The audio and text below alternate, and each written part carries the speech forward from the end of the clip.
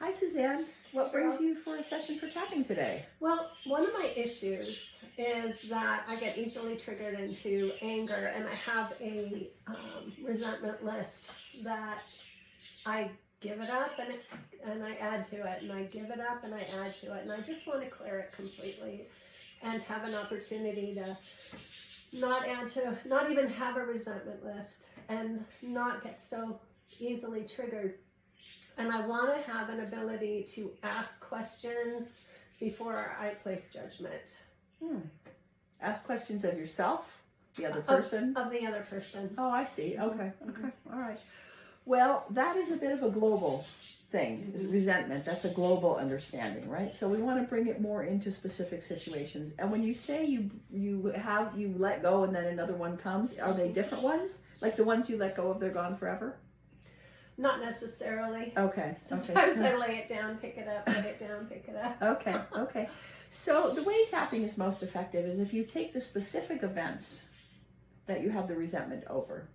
That's what I would say. I would take each specific event. Tapping is the most effective when you are dealing with the thing that causes the thing. Resentment is kind of like anxiety, or it's kind of like, it's too global. I'm stressed. It's too global. Like, what are you stressed about? What are you overwhelmed about? What are you resentful of? Oh, yeah. Okay.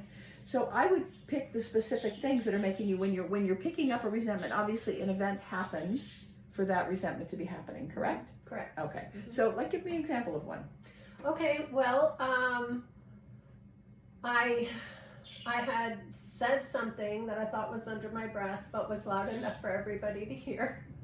And while it was a valid opinion, the way I expressed that opinion lacked any kind of grace.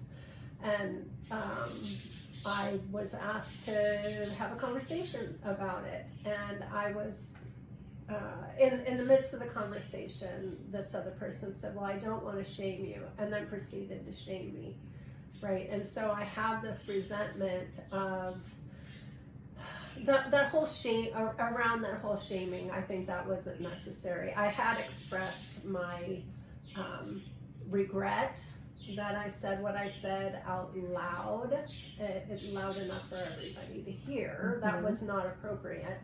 But the way, the shaming happened, I think that was really over the top. And it's been preying on my mind. Okay, so let's tap on that specific event then. Okay. And sometimes we use names. For this video, we won't use names, so we'll just say, was it a he or a she? She. Okay.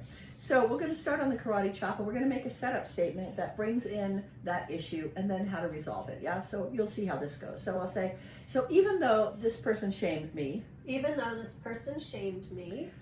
I had expressed my own regret. And she said she didn't want to shame me. And she said she didn't want to shame me. But she proceeded to shame me. And even though that happened to me, I'd love to let that go. I would love to let that go. It's not affecting my life today unless I think about it. It's not affecting my life today unless I think about it. And maybe there was a little bit of shame for me myself. And maybe there was a little bit of shame in it myself. And maybe I can own that, and that would help release this. And yes, maybe I can own that, and that would help release this. Because regret is different than being embarrassed or ashamed. Because regret is different than being embarrassed or ashamed. And I deeply and completely, love and accept myself. And I deeply and completely love and accept myself. Okay. Even though she said she didn't want to shame me. Clearly she did. And it triggered me. Because I was already a little ashamed. And I can own that. And that will help take it off of her. And then I can just let that go. I didn't intend to say it out loud. So I can have my little moment of shame and then let it go. And that person was pretty bewildered by my behavior, let's just say. True, and that person was pretty bewildered by my behavior. And didn't want me to ever do it again. Which I wouldn't. And I'm willing to let it go. I can own that I had some shame myself. And I deeply and completely accept myself anyway. Okay.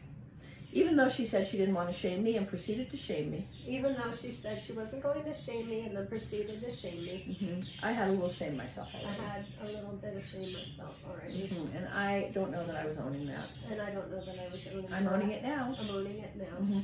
That'll help me let it go. That will help me let it go. I want to feel better about the situation. I want to feel better about the situation. It closed off a whole part of my life that was important to me. It closed up a whole part of my life that was important to me. And I'd like to be able to bring that in and feel safe. And I'd like to be able to bring that in and feel safe. I choose that. I choose that. And I accept those feelings anyway. And I accept those feelings anyway. Top of the head. She shamed me. She shamed me. I kind of blew it by saying my comment out loud. I kind of blew it by saying my comment out loud. I didn't really own that I had some shame. I didn't really own that I had some shame. Otherwise, it wouldn't have triggered me. Otherwise, it wouldn't have triggered me. If she said I had blue hair, it wouldn't have bugged me. If she said I had blue hair, it wouldn't have bugged me. Because I don't have blue hair. Because I don't have blue hair.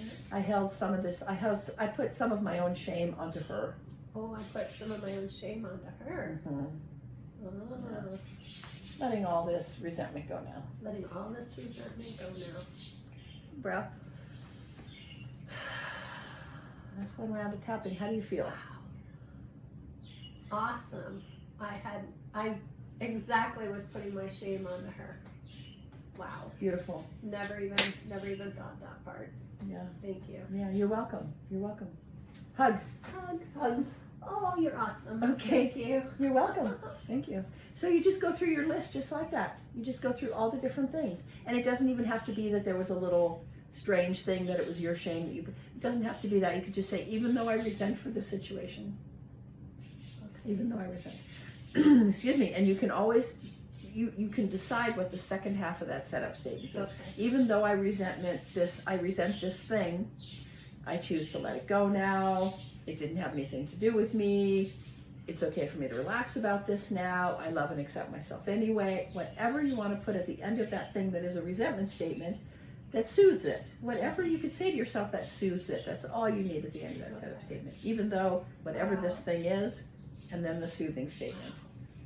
While you're tapping, it just goes in completely different while you're tapping. That is so amazing. Isn't that amazing? Yeah. I know. I've worked with you. over 1,000 people. It's always works like that.